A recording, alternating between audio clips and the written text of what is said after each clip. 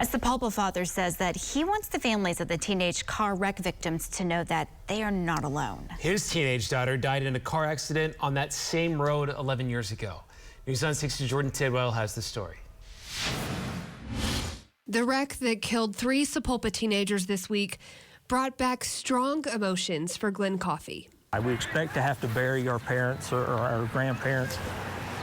Nobody should have to expect to bury their child. Glenn's 15-year-old daughter, Elaine, died in March of 2012. She was a passenger in a car with a friend, and it was also a single car crash on the same road as the wreck this week. He says the 2 crashes were about a half-mile apart.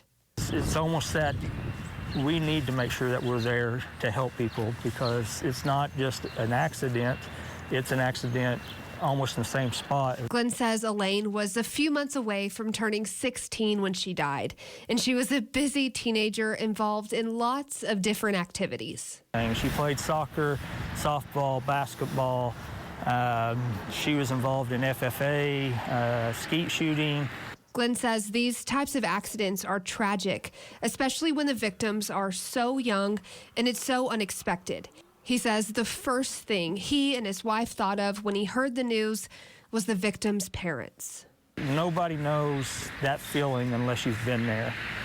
You can guess and you can assume what it's like, but until you know that you're never going to see your child again, until you go up to heaven and get reunited, there's nothing that can compare. Glenn says he remembers the community being there and supporting his family when Elaine died, and that's what he plans to do for these families.